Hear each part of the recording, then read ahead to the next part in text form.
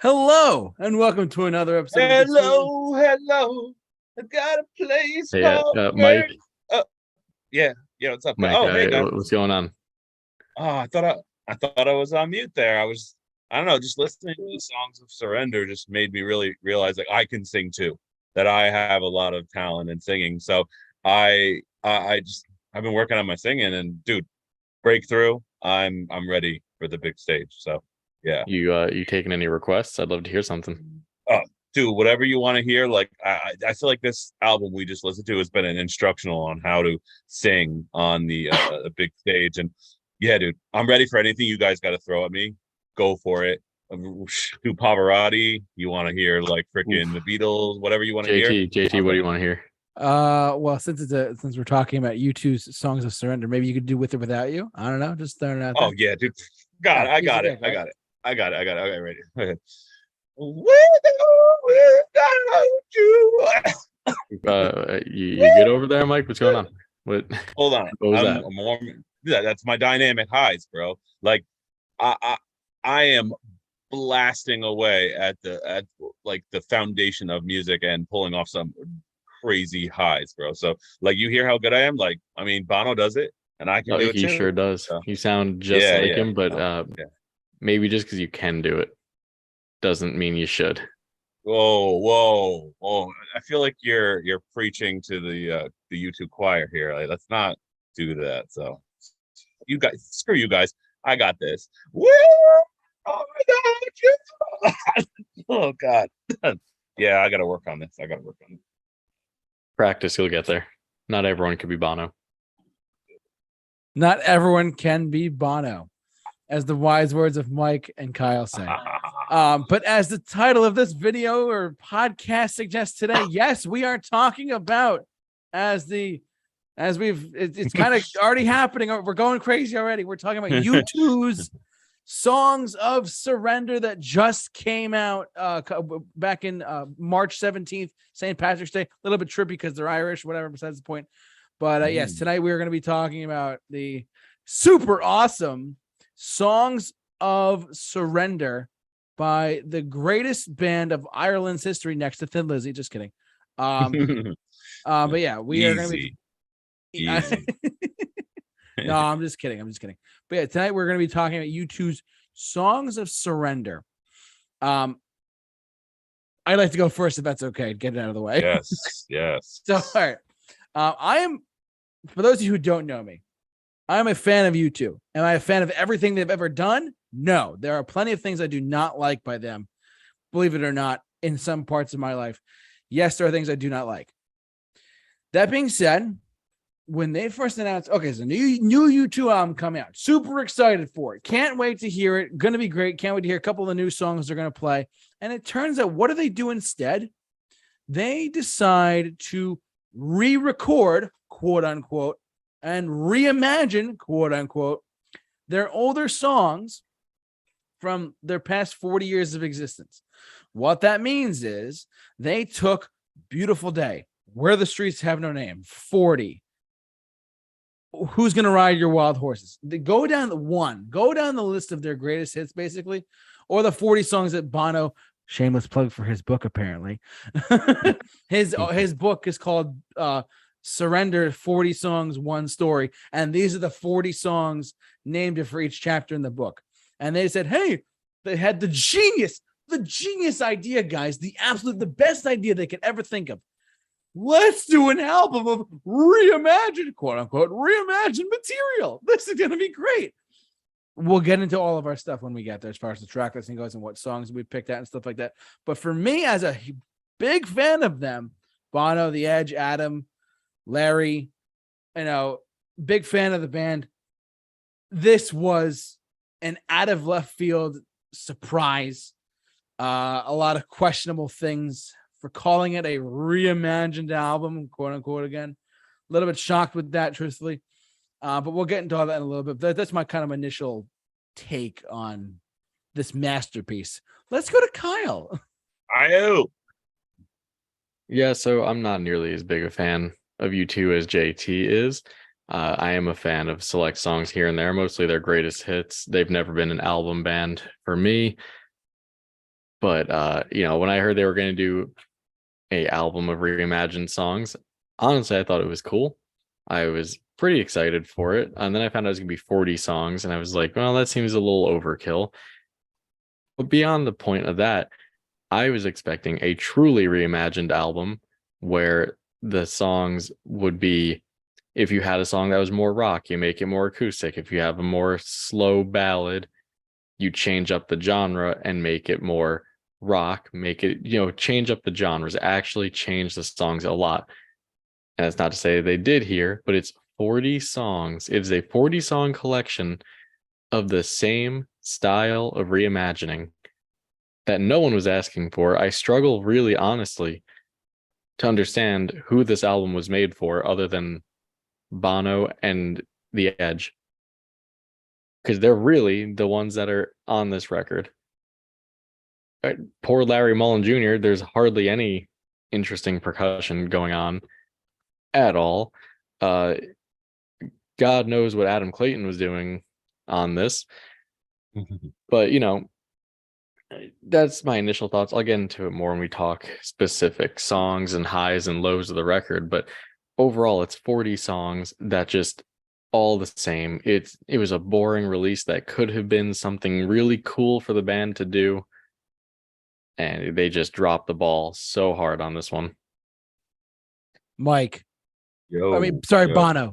Bono, that's me. Mono. Put your sunglasses on. Put your sunglasses back on. Put your glasses on. I know. Is there any hope? Mono, is there any hope for this?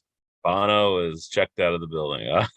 Oh God. Well, so I'm in the same camp as Kyle. I mean, obviously, I've heard many U2 songs. I just never really remembered which ones, like from which album, from which era. I'm just kind of like, whether I'd be sitting in a dental office waiting to get a freaking root canal, which U2 and a root canal kind of just go hand in hand sometimes. But or just a passing song on the radio. I mean, I know probably about 10 U2 songs. And I'm a fan of maybe 3 of them, like a fan as in like I like the songs, but and would hear them and not change the channel, the station. But but generally as a band, I've never really followed anything they've ever done. So coming into this, it was kind of like very I was just unprepared in the sense of knowing the original, to be able to compare it to its counterpart, to its companion here, and in the same vein as Kyle, like I was very disappointed to see that they didn't take any kind of risks or any kind of cool kind of reimagining, a true reimagining of these songs, that it was kind of just like songs that might not work in the style that they're reimagining them in, forcing them to be reimagined into that style. And I think that's tough. So going into this, I was kind of it was blind. I had to go back and listen to the original a lot. So but overall, like I was disappointed that the reimagining wasn't an actual reimagining. Just it should have just said unplugged. It should have just been like U2 unplugged. Yep. Discography or discography, whatever you want to freaking call it.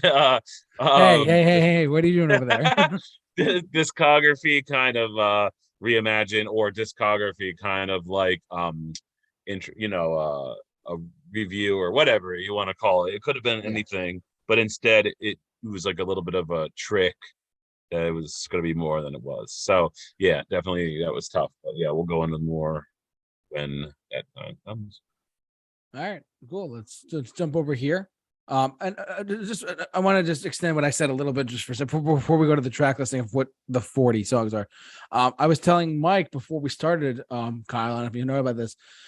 So the way the songs came out on the record are how Bono was performing them on his book tour.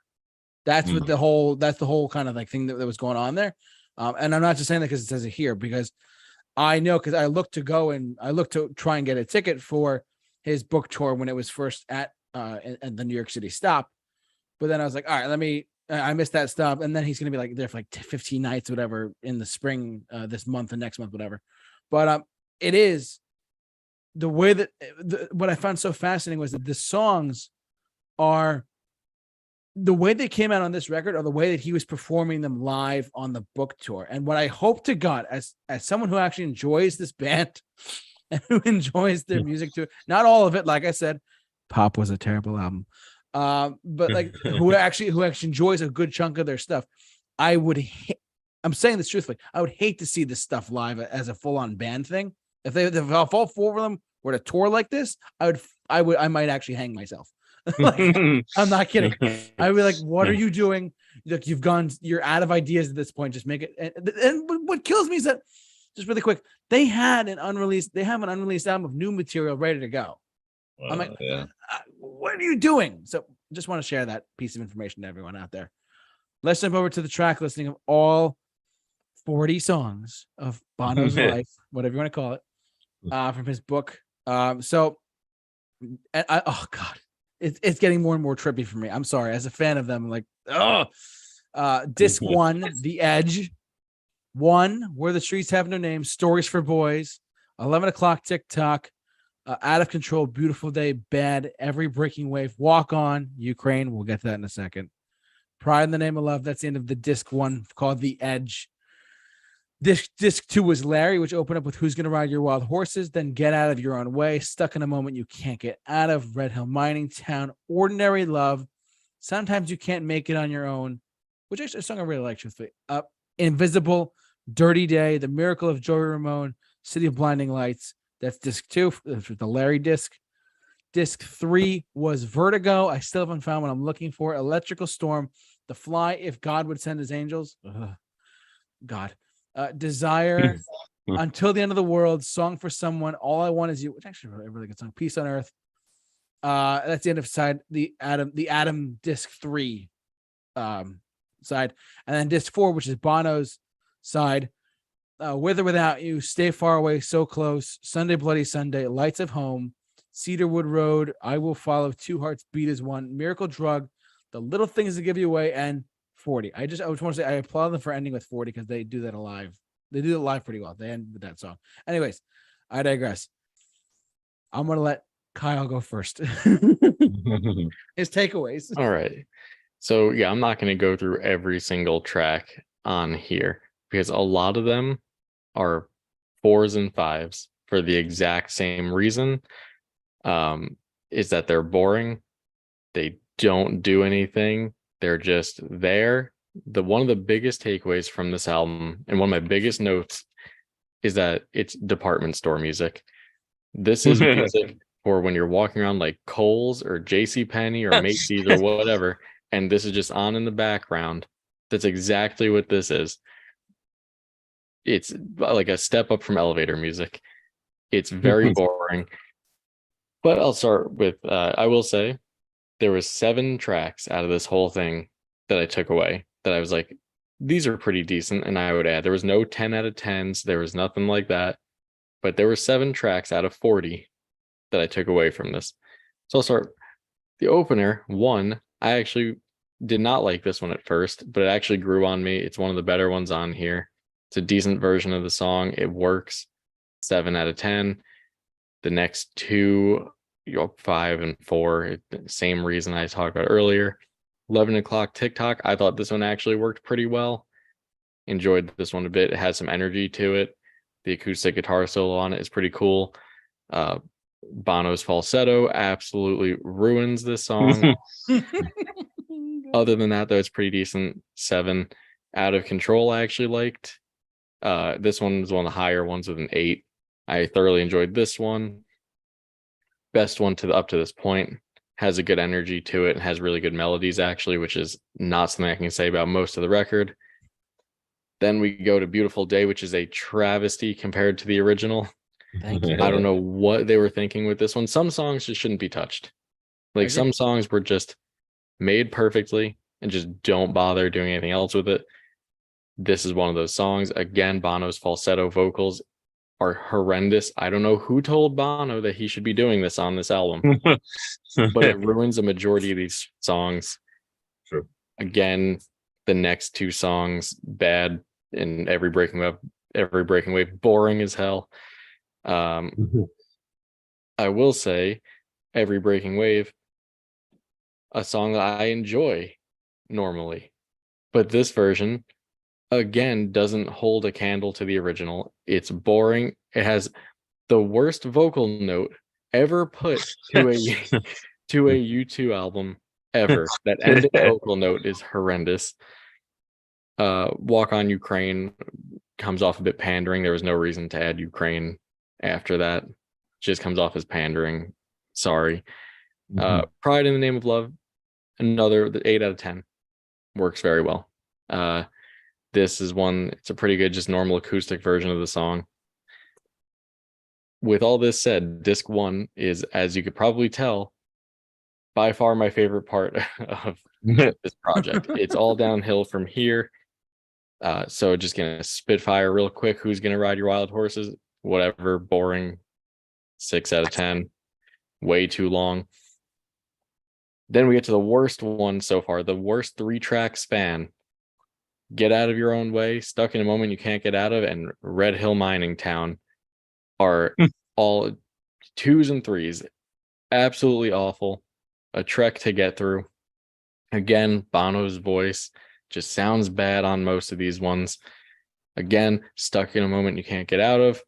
Why you would just mess with the song in such a way, no idea. Ordinary Love, it's whatever. Sometimes you can't make it on your own. Again, whatever. This is a very boring disc. Invisible, same thing. But then we get to Dirty Day, which is got to be my least favorite thing on this record.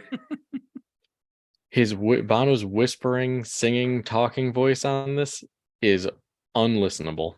It actually makes it completely unlistenable.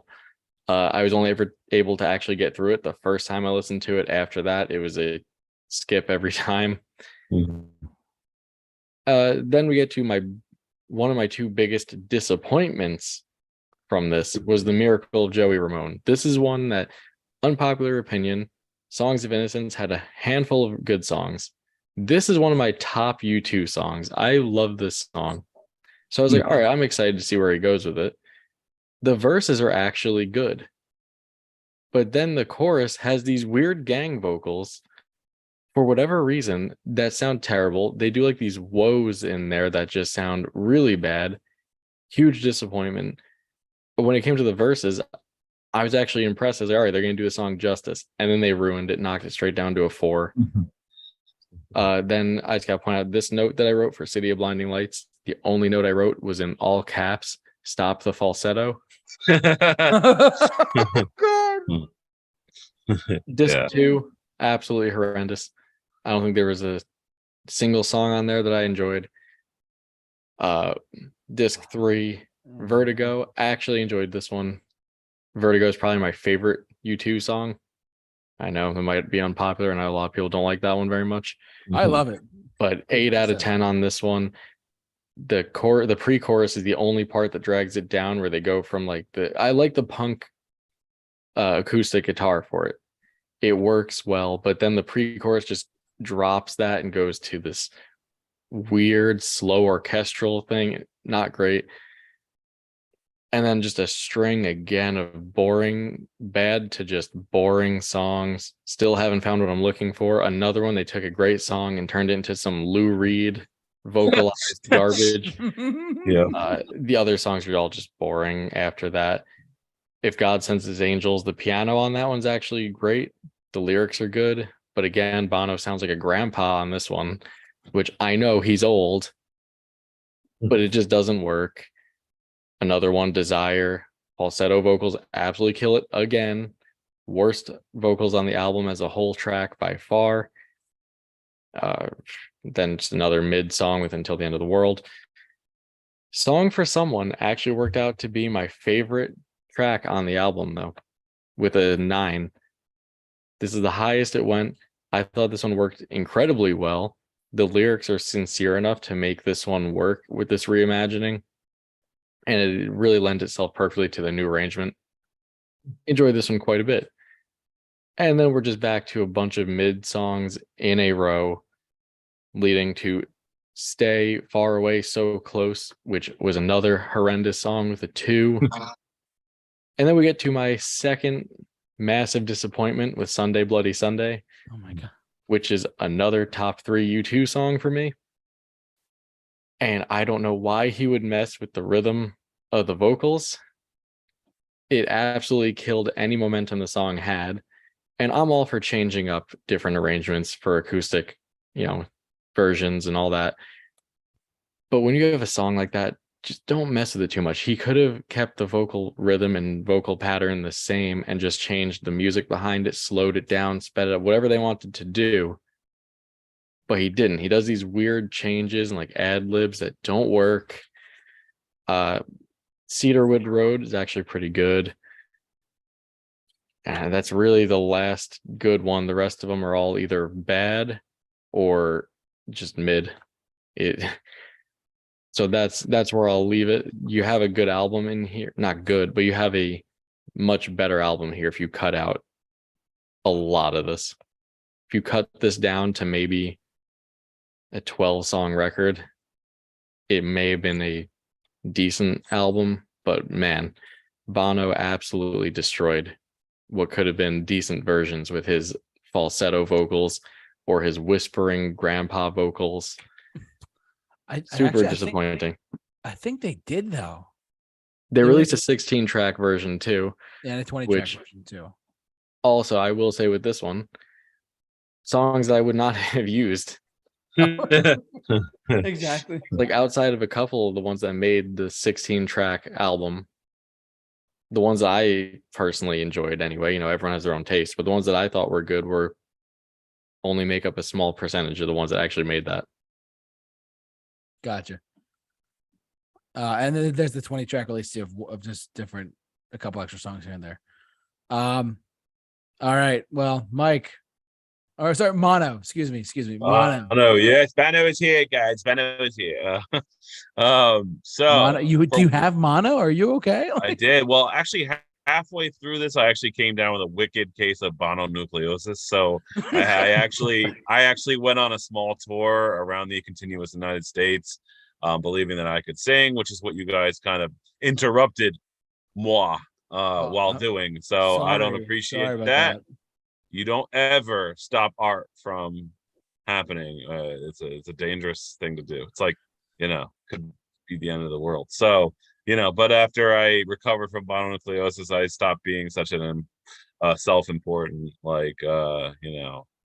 jackass, and I was able to finish reviewing this. And for once, Kyle and I are almost completely on the same page with a couple variations, but I mean, it's absolutely shocking. I mean, why can't we funnel our hatred more directly?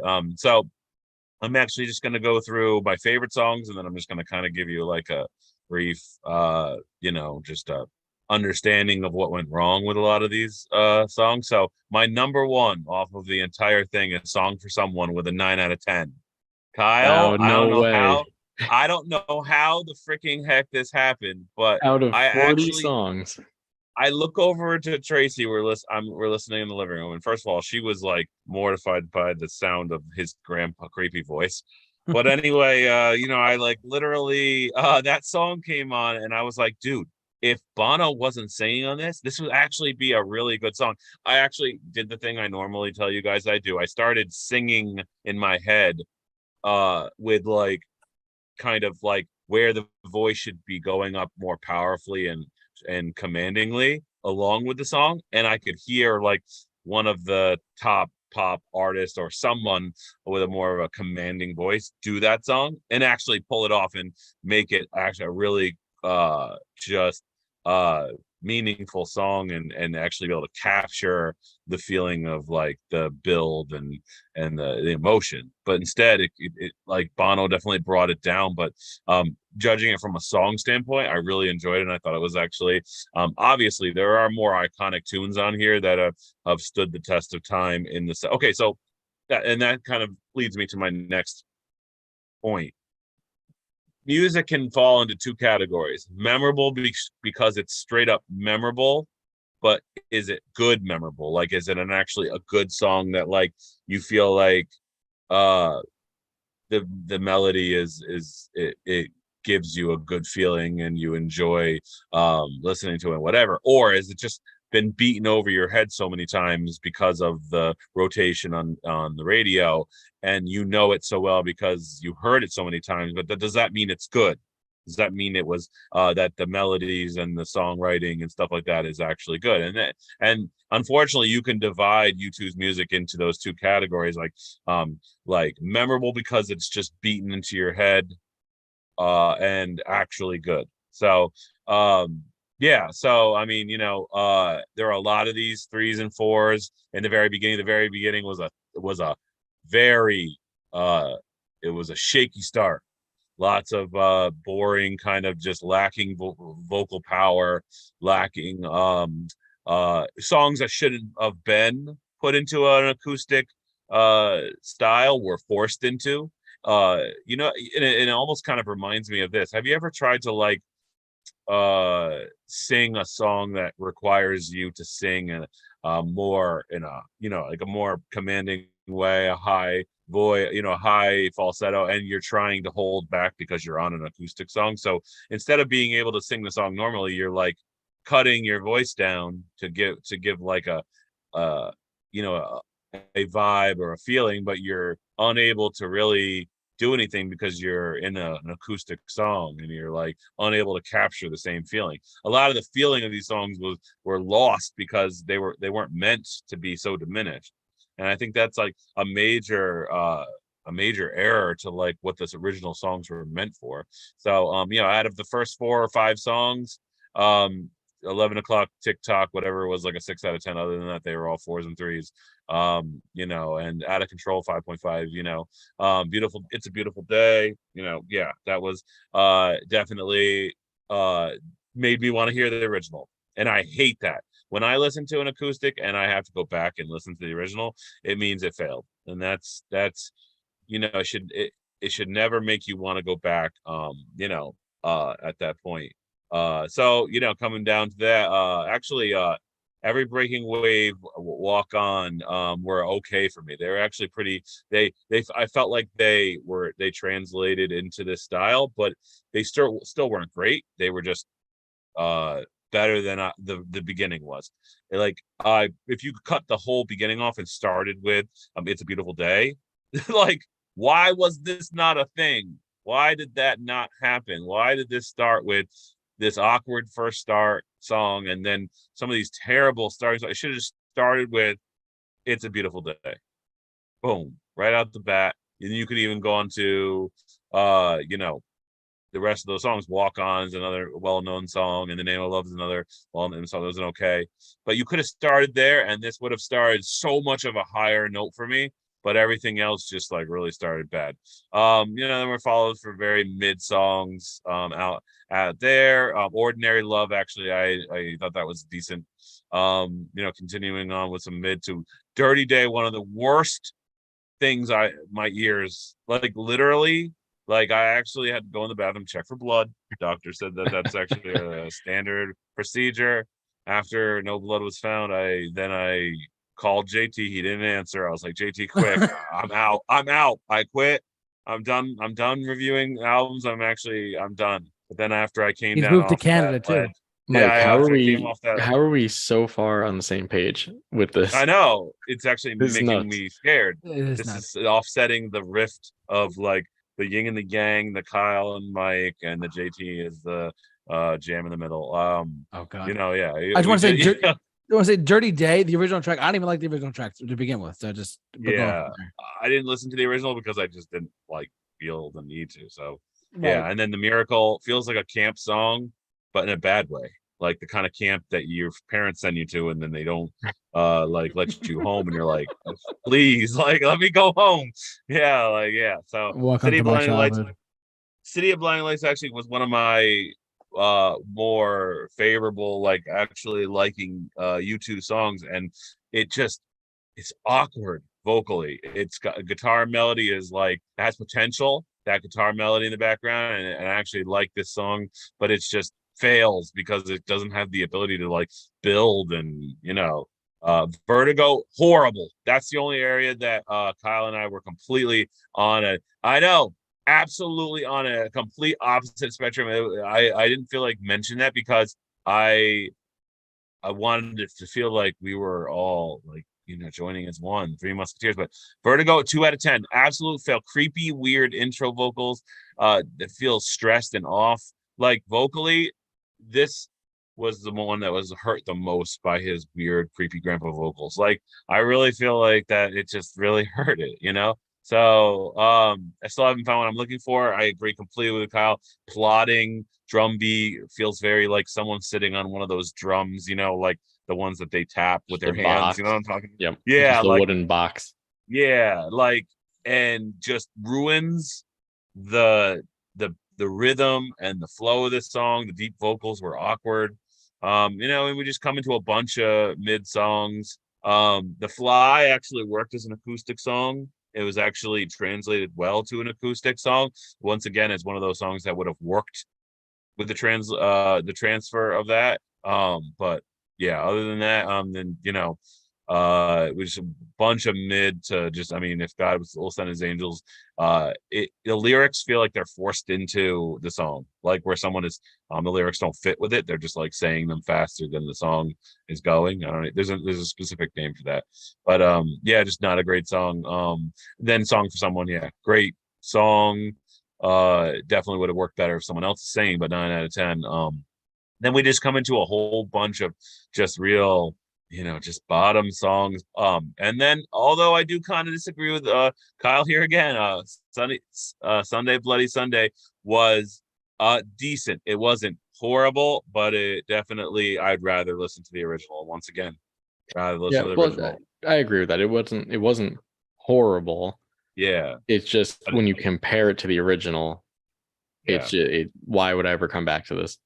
Right, exactly, and that's the problem with this. And I actually really like the riff on Cedarwood Road. That I like that one a lot. Yeah. Like I thought that had, it works for an acoustic song because it kind of brings a little bit of a the heavier rhythm to it. Other than that, there's just not much to grasp onto here. It's just like you're on a roller coaster and there's very few peaks and there's lots of valleys. Like it's just like a kiddie coaster. Yeah, it's a kiddie coaster, and there's a carny working on the switch, and they haven't like fixed anything for years, and that the track's coming apart because it's not good. So like it was tough to get through this. At times I was just like, it did just sound like one ambiguous kind of lump of like if they just recorded them like in a day and just took no time to like figure out the orchestration or the arrangement or any of the the vocals were just like Ronk Bono, I don't know, like it was yeah.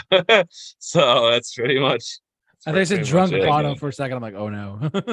Drunk Bono, like Bono was hitting the old the old Irish coffee there. Too many Irish coffees in the morning, that's yeah, he had too much Guinness at night. Too much Guinness, yeah, absolutely. So all right, now I said from the top of the show, I'm probably the biggest. I am the biggest U2 fan out of the three of us here tonight. I will just say this too. I did see him live once in 2017 because they're on the Joshua Tree Tour anniversary tour. That was a really good show, really good tour. Anyway, anyways, as a fan of them growing up with them. As a fan of just them as a band, I've said this before. I will say it again. I'm not a fan of everything they've done. They've done the album Pop sucks a lot. It's not good at all. There's like one tolerable song on there called Discotheque, and that's not even that great either. But I do applaud them for being creative and trying new things and doing all these new things. I'm a fan of them being creative. There's a difference between calling a reimagined, quote unquote, a reimagined album, like it said on the cover of the vinyl, a new reimagined album. All you did was just make acoustic versions of your songs. I hate this. I have never used that word before on this show, but I'm using it here tonight. I am in shock of how much I dislike this. as a fan of the band, as a fan of Bono, as a fan of The Edge, Adam and Larry. By the way, side note, the Mission Impossible theme song, just a complete side note, from 1996 is composed by Adam Clayton and Larry Mullen Jr. But his bass and drums, that's that theme song, they did that.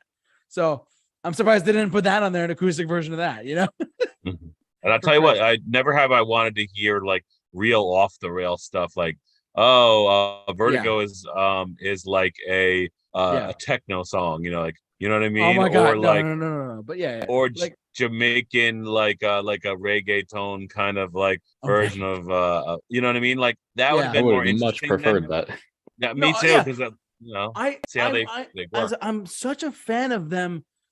I'm a big enough fan to say where I applaud them for trying new things and taking risks and like even being featured on Kendrick Lamar's album at one point, whatever, you know, I applaud them for taking risks. There's one thing about taking a risk, and there's another thing about just being flat out stupid. This should have been this is just stupid. I look, Where the Streets Have No Name, 1 and Bad, the original versions are in my top 10 favorite songs of all time. So you go, I know. I had no friends in high school, but you like U2? Yeah, I do. You can go. Me too. Me too. Oh my God. No, there is so much questionability. There's so much uncertainty. It sounds like a midlife crisis album, to quote Kyle, and yet they literally said, "Oh, I don't know. Let's redo all of our songs and reimagine them completely in new formats." Or no, listen, "Beautiful Day" is a fantastic song. Why would you do that to that song? I'm in agreement with Kyle on that. I almost have no standout tracks on this. That's how strong I feel that strong enough to say that I Walk On is a great song, but adding the parentheses of Ukraine in there, look, we all know what's going on over there. We understand that it's a very big deal of what's going on, but just so real quick, my question on that one is, and maybe this is touched on in his book or his show, whatever. Tell me more. Adding Ukraine in there. Yes. Why? Other than what's going on over there? Is there a charity associated to it? Are streams of that song going somewhere, or did they just pander and just put parentheses Ukraine after? To my knowledge, to show support, because there's a totally different connotation, at least for me. It doesn't affect the song itself. No, of course. It just affects my respect of adding that to the song. No, like I understand the meaning of the song itself. Yeah.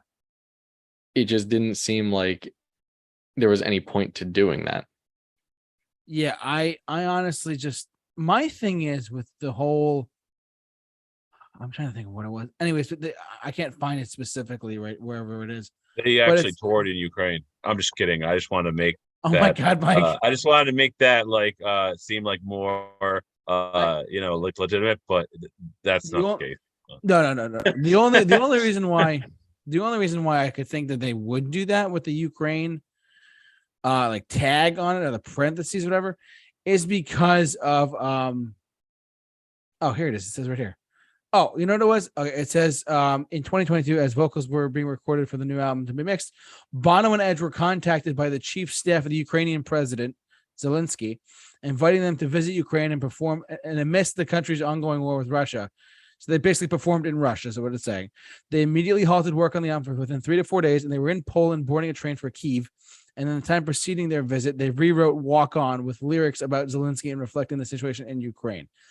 That answers your question. All right. So at least there's a reasoning to it. Yeah. Also, can you scroll up real quick for me, JT? Go back to that section. There's sorry. Something in there that where is it? Oh yeah, right here.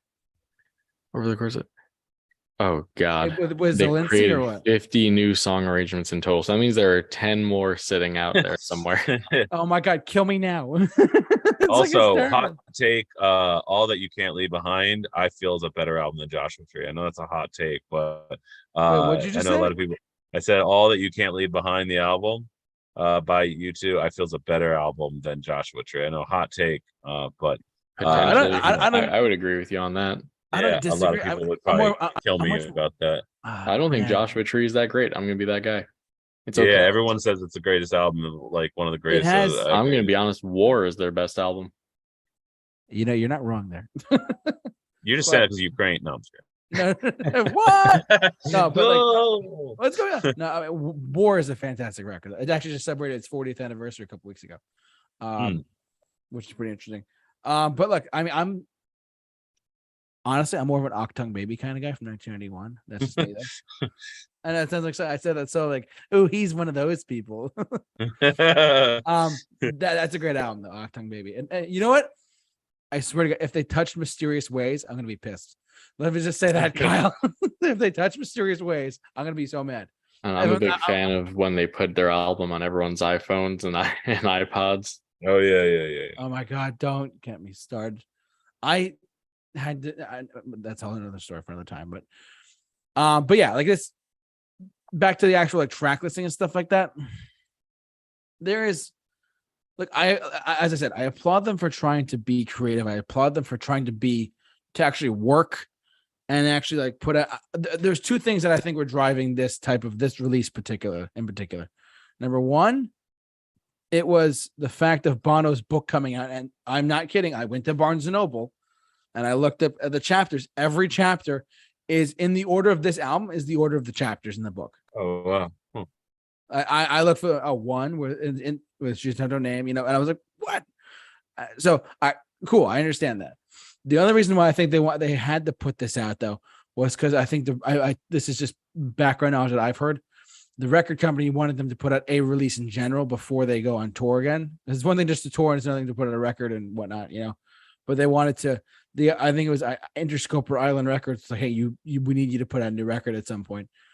Because you know the market's there for whatever, and to me that's kind of like a bullshit thing, but that's just me.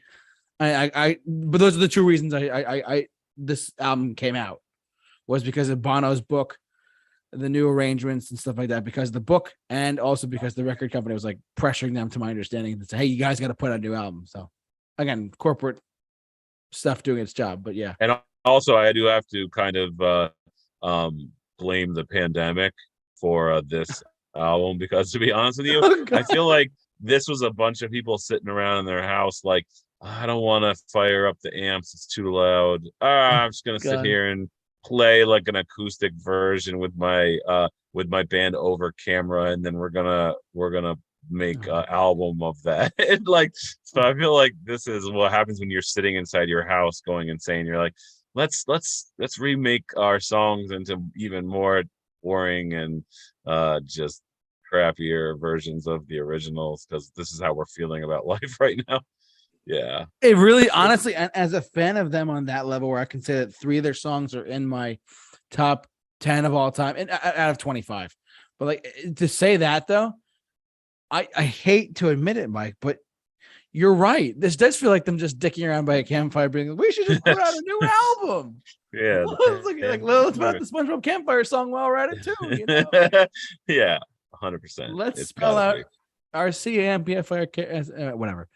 But like, honestly, I hate. You know what? The day has finally come, gentlemen. The day has finally come. You realize that U2's not a good band now. No. No. Boo that man. Boo. No. I'm the villain today. Oh. So anything else before we just wrap up and do our we're ready for the rating, our rating and stuff, because I'm gonna fume in a second. Anything else before we wrap it up, or no?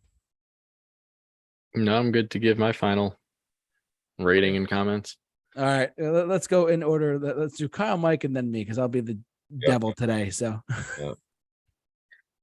All right. So as we've all said, this one is not good. It's just it's bad. It's bad, but in a way that's just forgettable, which I think is the worst kind of bad. It's mediocre. This is coming from someone who generally likes acoustic renditions of songs. I'm I'm not a huge fan of it, but I like when bands do that. The best songs on here are the ones that were essentially true acoustic versions. Bono and the Edge on the acoustic guitar. Or just Bono and a piano track. The worst ones are the ones where they have this minimalistic instrumentation that just comes off as like trying to do an experimental acoustic version where there's like the dude sitting on the box hitting the thing, or the little bongos or whatever the hell they got going on percussion wise, an occasional piano note that's hit, and just a minimalistic orchestration going on. That's the worst, and it happens way too much on here. Bono is the biggest downfall of this, with the weird falsetto vocals he's trying to do. It's not it's not a secret to anyone. I don't care how big of a U2 fan you are. You can't argue the fact that Bono is not the world's best vocalist. He has a very limited vocal range. He can't do low vocals well, at least anymore, and he can't do high vocals. It's just he sounds good when he's in his range, and when he's in his like little niche there, it is great. But on this, he doesn't do that. The songs that are good are the ones where he stays within his lane and knows what he sounds good on. So with that said, the best thing about this album is the fact that they did not touch New Year's Day, Elevation, or The Saints Are Coming. The fact that they didn't touch those is the best thing about this. I honestly got to go with a 4.5 on it. Very light 4.5. Honestly, it would be lower if a majority of the songs weren't just middle of the road department store songs. But they're just so bland and mid that they're not bad necessarily. Like if I was in a store, I wouldn't be like, oh, this is offensively bad. But they're just there. They serve no purpose. I'm not sure who this was for, because I can't imagine really any U2 fans going back and choosing to listen to these over the original. And I completely agree with Mike that hearing a lot of these just made me want to go and listen to the original song. When a band does a good reimagined version or acoustic version or remix or whatever you do, the goal is to make a song that it stands not so much alone, but something that people would revisit in addition to the actual song. And there's even rare times where the acoustic song almost is better than the original. And I'll tell you one band that remix being better. Yeah, like Dashboard Confessionals, hands down. I actually like the acoustic version better than the rock version. And that's rare that you can actually pull that off. So yeah. Where there's the remix of the Halsey song Colors is way better than the original. And it's a rare thing, but that should be the goal when you reimagine a song, do a different version of it, not so much to make it better, but to make it different enough and still make it good that someone would want to go back and revisit it. There's really not much on here that I would say, I'm going to go listen to this. I want to seek this out to go hear it. No, most of them, I'm just going to see come on shuffle or whatever and just say, you know what? I'm just going to go listen to the real version of Vertigo. I'm going to go listen to the real Sunday, Bloody Sunday. There's not really many circumstances that I see myself ever coming back to most of these tracks. There were a small handful that I, thought were decent. Nothing great. But, 4.5 out of 10, not out of 5. If anyone's I'm about to say. Yeah. So, not to oversay what's already been said, but underwhelming vocals, underwhelming instrumentation, strange, just kind of like Kyle was saying before, like where they're trying to have this minimalist approach to come off like dramatic or like to emphasize the emotion of it rather than having the soaring quality that the song needs to reach that kind of build. And the thing that makes a good song drive a point is missing from this, and what's left is like it's almost like when you're a kid and you're sitting in like the auditorium of your school and it's Christmas time, or and they're like, hey kids, we're gonna play like a medley of like Christmas songs, and like you hear a song that you recognize, you're like, oh, I recognize that song, but like all the aspects of the song are missing. It's just the main melody is played on a guitar and you're like, I recognize that song, but like it's as if someone is just showcasing their entire discography but not actually bringing the rest of it in to make it a full song. It felt very much like that. Like I heard the melody of the song, but it was just a reminder that, hey, you should go buy my real album. Maybe this was a big old ploy to get you to go out there and buy all the rest of their stuff up, because you're like, okay, enough, U2. I'll go buy it if you just stop playing. Like, I'll buy anything if it shuts you up and makes you never do this again. But of course, that's not what they're going to do, because I don't know if you guys heard, but they already announced that they're doing a part 2 of this with all the songs Kyle doesn't want them to touch. All right, but anyway, Oh. sorry, Kyle, but I have an in with the band. We've already talked about it. It's already happening. Bing bang boom. Anyway, yeah. So 4 out of 10 for me on this one. I was actually out of 5. Well, once again, like I told you, I take away a point. I have a long-standing tradition of taking away a point or adding a point based on a collection of songs. And if they achieve something in a collection, did they reimagine? Did they create different paces? Did they do any of the things that you're supposed to do in an album that's to create a certain rhythm? Absolutely not. And that's where they lose a point. And unfortunately, like I told you, if I heard like a Jamaican version of, like a reggaeton version of this, or like a reggae this or that, I would have been absolutely floored, because it would have been really fun to hear U2 bring all these artists from the outside world, like almost like what freaking Adam Levine did in when he had all those artists come on and play in the Geordie album, like taking that. But I'm saying, if you actually had artists who are in the world of music in they're experts in their own field. Okay, I'm a punk rock person, I'm a metal person, I'm a whatever, and he brought them on and was like, do you want to help like build a album full of our songs but in different styles? I would have been just so happy to hear that.